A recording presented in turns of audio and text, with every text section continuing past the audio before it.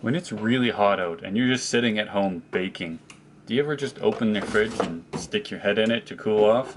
It might feel good on your head, but it's actually going to be heating up your house. Let's take a look at how your fridge actually works. What you see here is a diagram of what's inside your fridge. So this system is a loop of pipes and other components here that's going to be filled with refrigerant. Now let's start down here. This is the evaporator, and inside the evaporator the refrigerant is going to be really cold, somewhere around -20, -30 degrees Celsius. That's much colder than what's in your fridge, so the heat's going to go from your fridge into the evaporator. From there it's going to go through the compressor and then into the condenser. This is where all that waste heat is going to be let off. This is basically just a big radiator. After that, the refrigerant comes down into an expansion valve.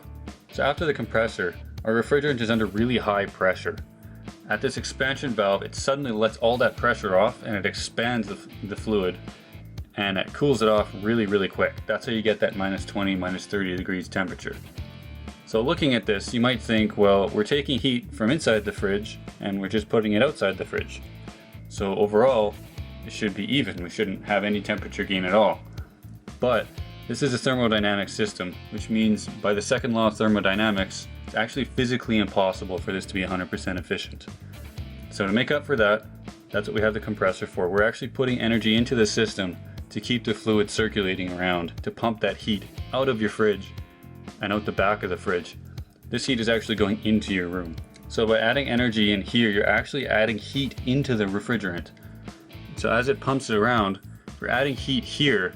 In order for this to keep us in a steady state, you have to actually release more heat out of here than we're getting from here.